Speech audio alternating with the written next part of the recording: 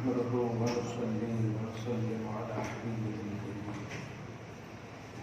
الأمين العزيز الرؤوف الرحيم وعلى آله وأصحابه الأفضلين الأكرمين أجمعين. أعوذ بالله من الشيطان الرجيم. بسم الله الرحمن الرحيم. قل إنما حرم ربي الفواحش ما ظهر منها وما بطن والإثم والبغي بغير الحق وأن تشركوا بالله ما لم ينزل به سلطانا وأن تقولوا على الله ما لا تعلمون. صدق الله العظيم. رسول برکت کے لیے درود شریف پڑھیں. اللهم صل وسلم على سيدنا وشفيعنا ونبينا ومولانا محمد وعلى آله وأصحابه وبارك وسلم صلی اللہ تعالیٰ علیہ وسلم. سورۃ الاعراف سورہ نمبر 7 کی آیت نمبر 33 کا درس ہونے والا ہے.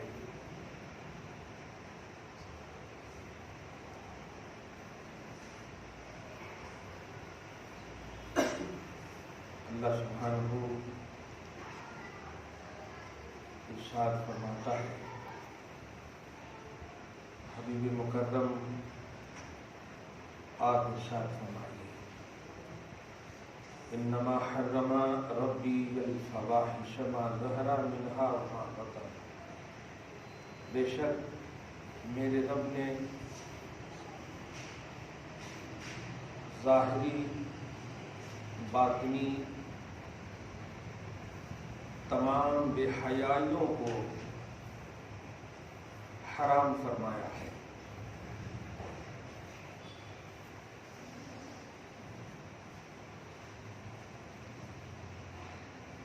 اور گناہ کے کام کو بھی حرام فرمایا ہے،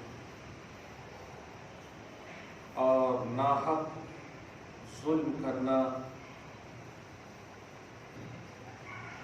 سب حرام فرمایا ہے.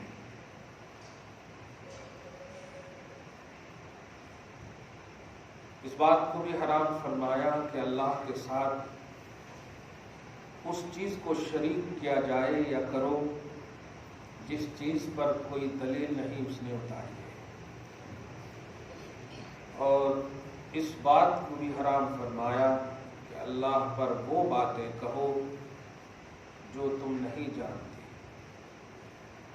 ایک لفظ جو ہے مطلب اتنا بھاری ہے، اپنا مفہوم اتنا رکھتا ہے.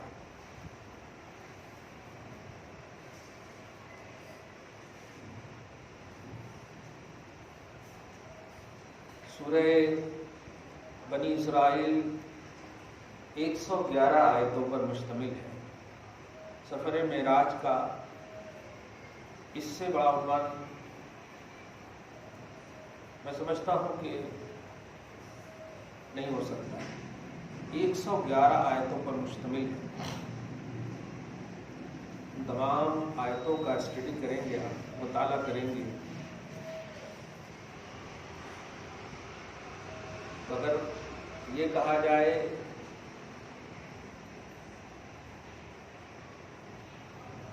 کہ انقلاب آ جائے گا، بالکل بے شک. معاشرہ کی تشکیل، اس کی اصلاح، گھر کی اصلاح، ملک کی اصلاح، سارے پہلو اس کے اندر تقریباً موجود ہیں.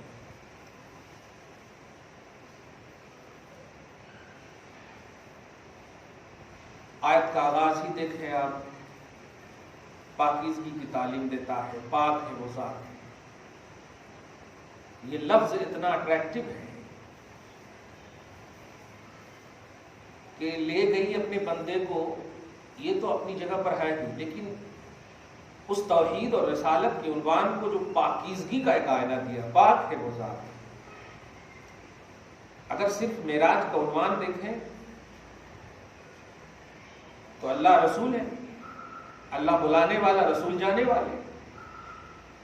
لیکن اس خوبصورت عنوان کو جو کہ توحیدی اور رسالتی عنوان ہے، تو اللہ کی مخلوق اور مصطفیٰ کی امت کا عملی دنیا میں کچھ تو ان کے پہلو نمایاں ہو. پاک ہے وہ ذات. اور جب آیت کے اختتام میں آپ غور کریں گے تو اللہ کا شکر ہے الحمدللہ، اور پھر آخر میں دیکھیں گے تو اللہ اکبر. پورے کا مطالعہ کر کے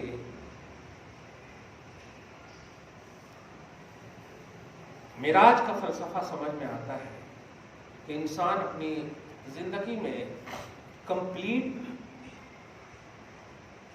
نظر آئے گا اگر معراج کی مکمل طور پر توحیدی اور خدا کی بارگاہ سے جو اس کی تفصیلات ہیں اس کا مطالعہ کریں. تو ماشاءاللہ بڑی اچھی محفل ہے. آخر میں 10-5 منٹ میں آپ لوگ جو سوال ابھرے، لیکن دھیان رہے ایسا کتے والا نہیں، واقعی آپ کو ابھرے تو سوال کرنا، کلیئر بات ہے. وہ ایسا کہتے دنیا کیا کہتے نہیں، آپ کو کیا سمجھ میں آ رہا، چونکہ آپ خود مومن ہیں. قبر میں اکیلے جانا ہے، وہاں لے جا کے بولنا ایسا کہتے میرا رب اللہ ہے نہیں. اس لیے دھیان رکھیے گا. آخر میں خاص طور سے آپ ضرور سوال کیجیے گا. اب ابھی سے سوچتے رہیے آپ معراج کے حوالے سے. میں اس آیت پر تھوڑی سی حالت حاضرہ پر نظر دوڑاتا ہوں. اے حبیب مکرم، آپ فرمائیے کہ میرے رب نے فواحش کو حرام فرمایا. لفظ فواحش آیا ہے اور ما ظہر منہا وما بطن کہہ کر کے تو اب تو ایک دم خاموش رہنا پڑ رہا. جو ظاہر بے حیائی ہے اس کو بھی حرام فرمایا اور جو باطن بے حیائی ہے اس کو بھی حرام فرمایا. ظاہر بے حیائی کیا ہے؟ ظاہر بے حیائی یہ ہے کہ شریعت کو فالو نہ کیا جائے. ظاہر بے حیائی ہے.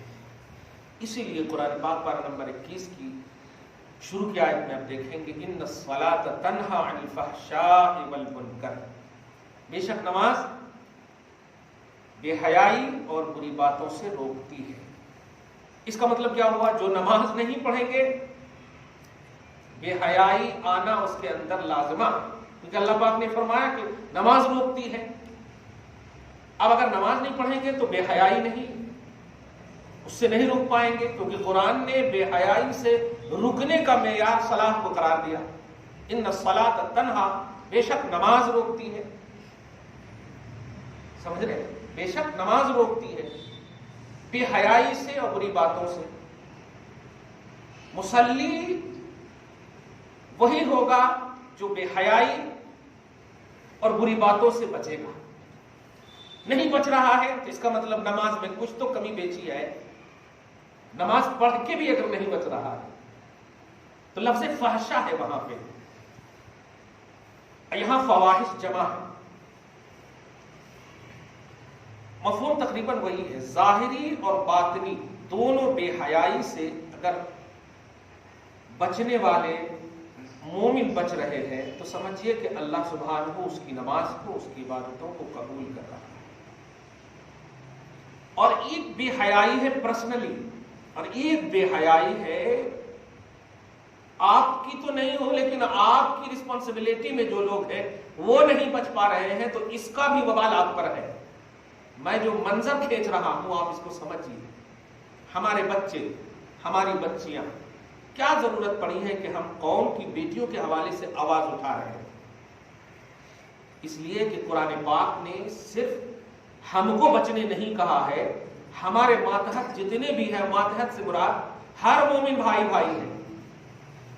اس لیے کسی بھی مومن بیٹی یا بیٹے کو تکلیف، ہمیں تکلیف ہے، ان کو وہ برائی میں مبتلا ہے تو ہمیں تکلیف ہونی چاہیے، ہمیں پریشانی ہونی چاہیے.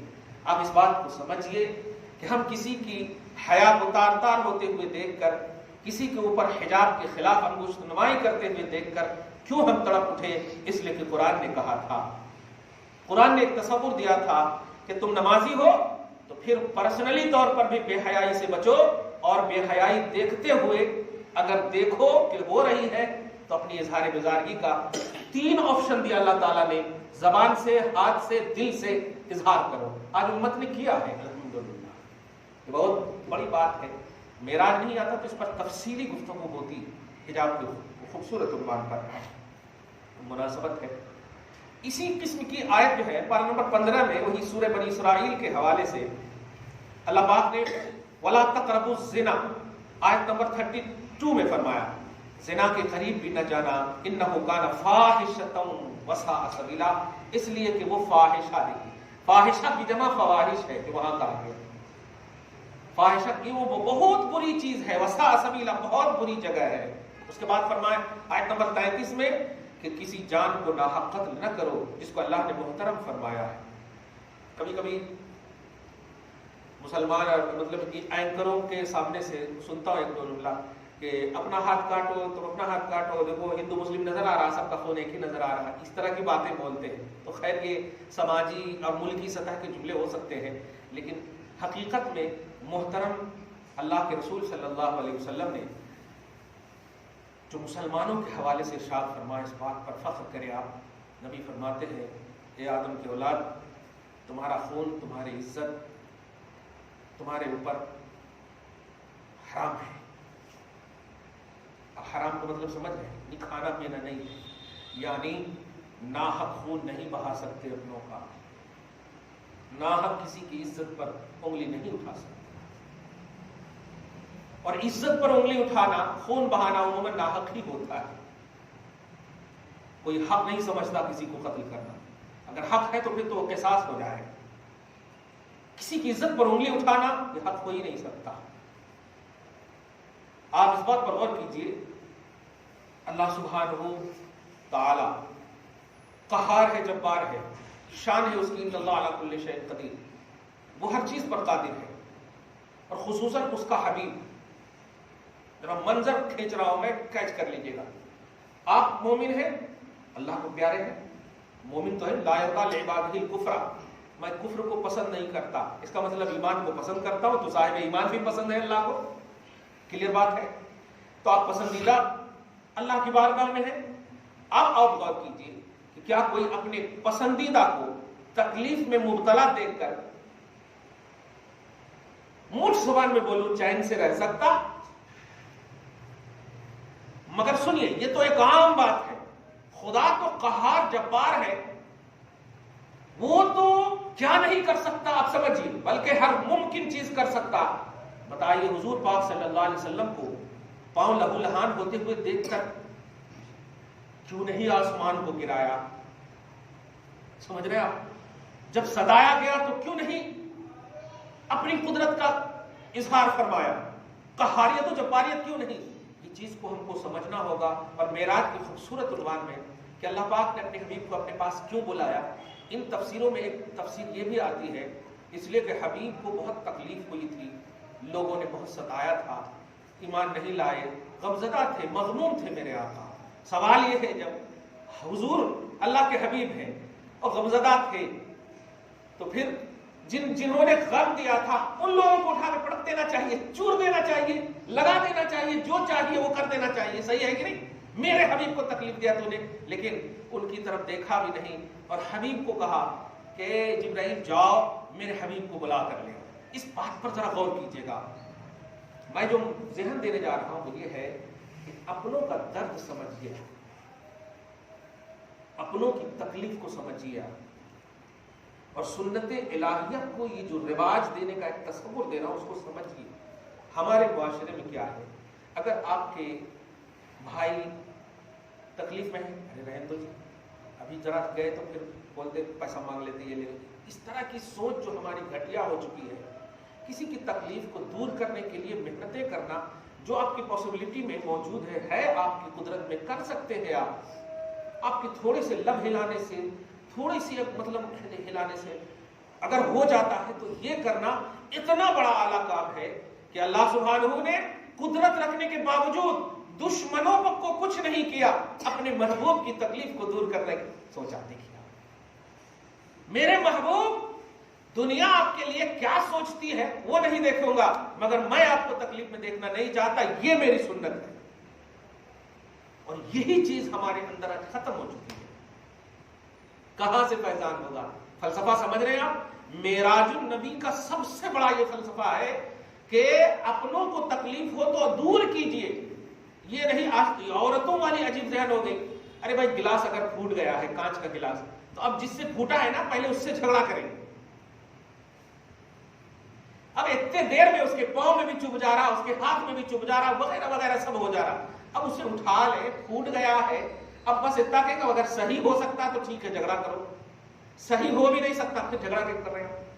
یہی چیزیں نہیں. اگر صاحب ایک لفظ بولنے میں پھوٹنے کی چیز تھی، انوائلنٹری میں پھوٹ گئی، ختم.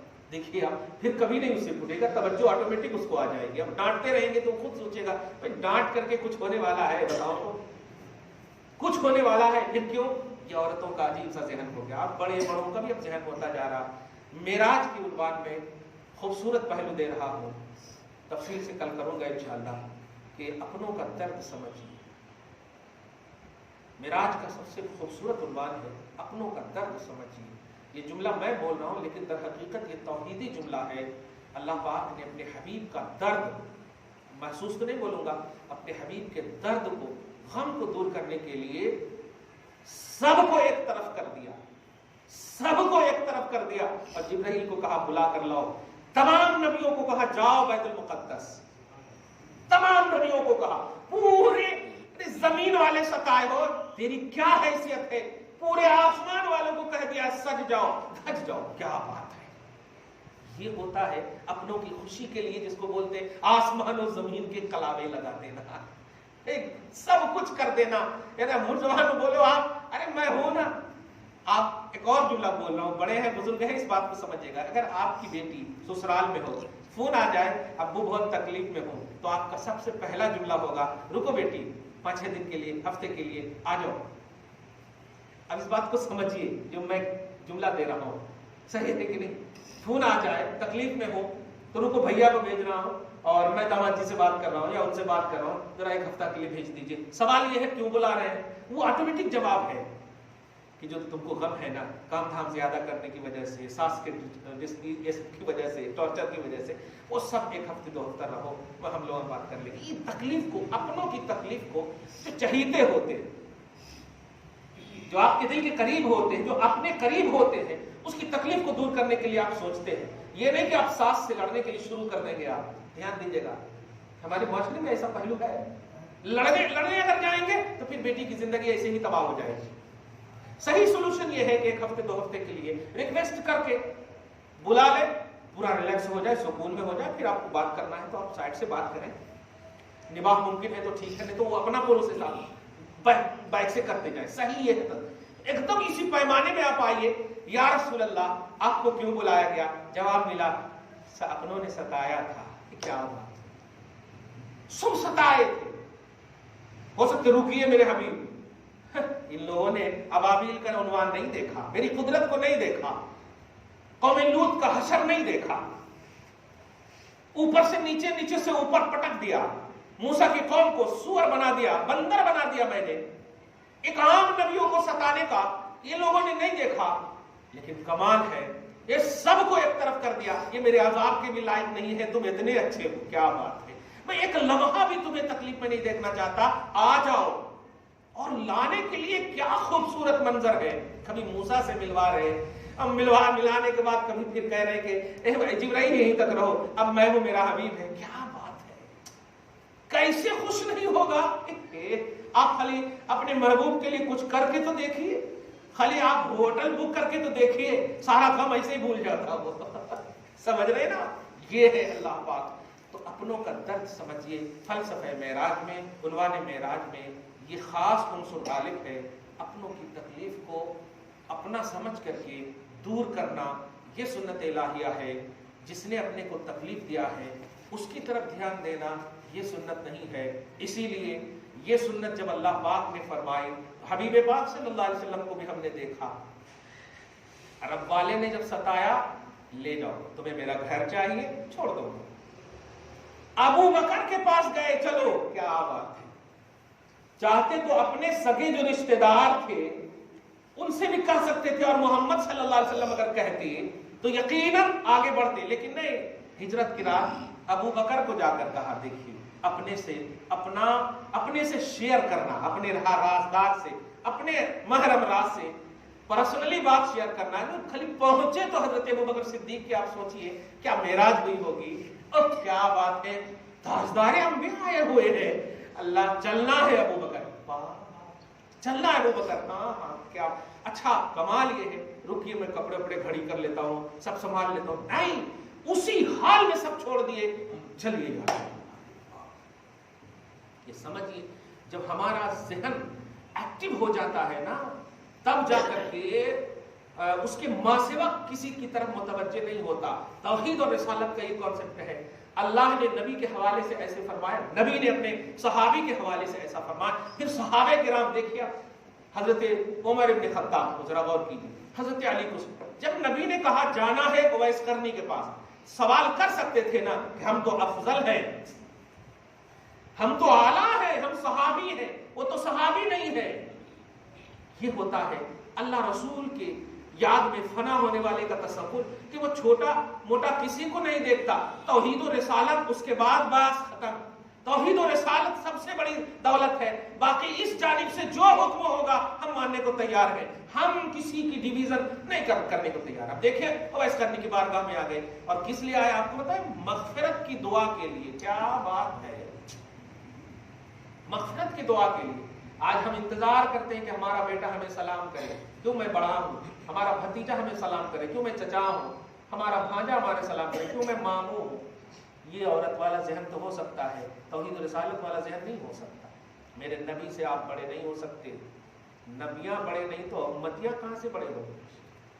نبی سلام کرتے، نبی سلام کرتے. ارے کبھی کبھی تو ایسا ہوتا 3 بار سلام کرتے.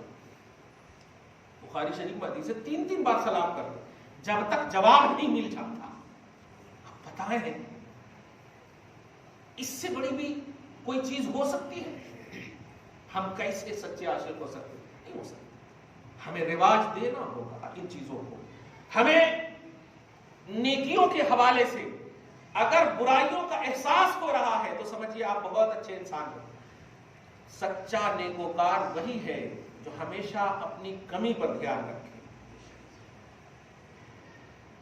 اگر آپ نیکی کر کے صرف نیکی پر دھیان دیے ہوئے ہیں تو کبھی بھی آپ نیکوکار نہیں ہو سکتے.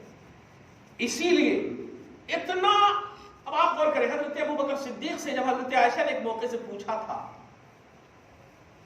کیا بات ہے، سمجھ رہے نا، اس کے برابر کسی کا عمل ہو سکتا،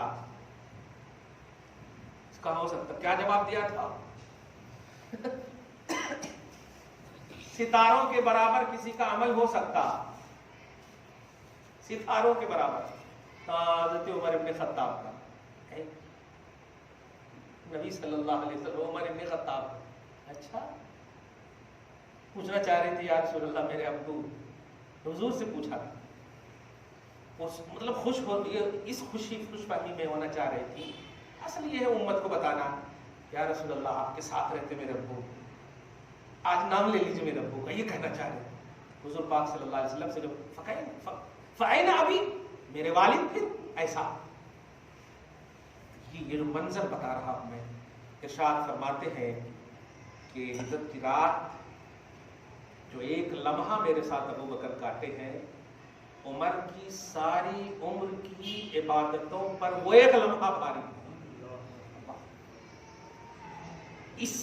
اس پر بھی دھیان دیجئے، اور پھر کوانٹیٹی پر دھیان دیجئے. گن پائیں گے آپ ستاروں کو؟ گن پائیں گے؟ یہ بھی انسان کی گنتی اور شمار سے پرے ہے. اس کی بھی اہمیت اپنی جگہ پر ہے، اور ابو بکر صدیق کی اہمیت بھی اپنی جگہ پر ہے.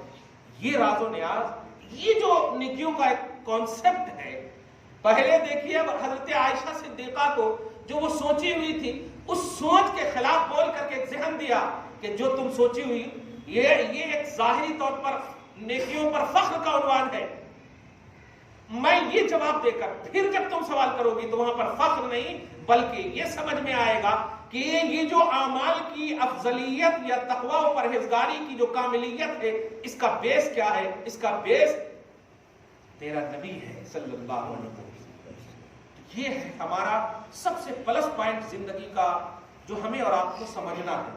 جب بھی آپ سے غلطی ہو, میں نے کل ایک تفسیر پڑھا, یہ جو جسم میں کبھی کبھی کھجلی ہوتی نا, اور جسم کبھی کبھی نوچاتا یا آنکھ پڑپڑاتی, تو عورتیں لوگ کیا بولتے ہیں, ہاں کمائی ہوتی ہے یہ ہاں, ارے کچھ الٹے پلٹے جو سادھواں قسم کے ہمارے عاملہ ہیں, جو دن بھر میں 500 روپیہ کما کر کے بیوی سے جھگڑتے ہیں جا کے, اب بولتے کیا ہے, ہاں خزانے نکالنے پر قادر ہوں میں. اب ذرا غور کیجیے آپ, وہ بھی بولتے لیفٹ پھڑک رہا ہے یا رائٹ پھڑک رہا ہے, تو لیفٹ ہے, تب تو پھر کچھ تو گڑبڑ ہے. ایسا کرو آپ ایک نیمبو لاؤ اچھا سا, معاذ اللہ رب العالمین. یاد رکھیے میں نے جو تفسیر پڑھا, سچ کہہ رہا ہوں بڑی دھک دھک کر رہا, اس کے بعد سے بھی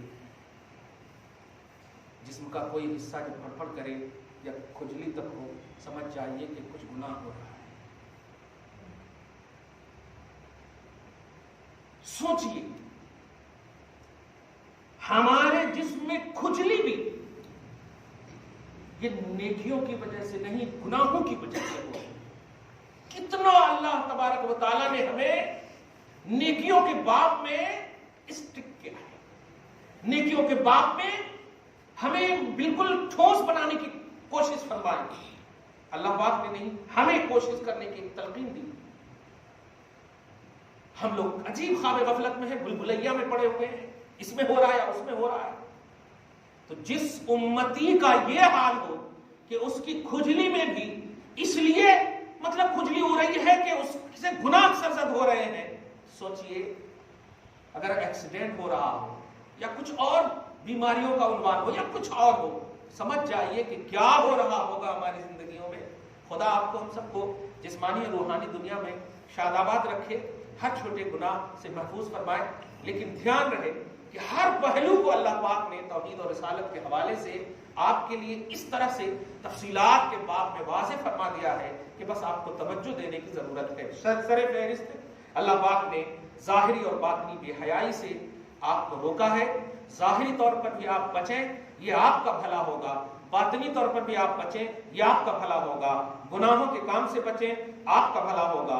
بغاوت, ظلم, سرکشی, بدکاریوں سے بچیں, آپ کا بھلا ہوگا. خدا پر ایسی بات ہرگز نہ کہیں جو آپ نہیں جانتے ہیں. جو جانتے ہیں بس اتنے ہی پر آپ سمجھیں کہ آپ وہیں پر کامل الایمان ہیں. الحمدللہ. جو نہیں جانتے ہیں اس کے, اب آپ دیکھیے نا, ابھی ایک کوئی ویڈیو, ابھی میں نے درس قرآن جو عورتوں کے پاس ہوتا ہے نا, اس میں ایک کمنٹ دیکھا, حضرت کل جو ہے مدینہ مسجد, یہیں کا کوئی بچہ ہوگا پتہ نہیں, میں اس کی اصلاح کر دے رہا ہوں.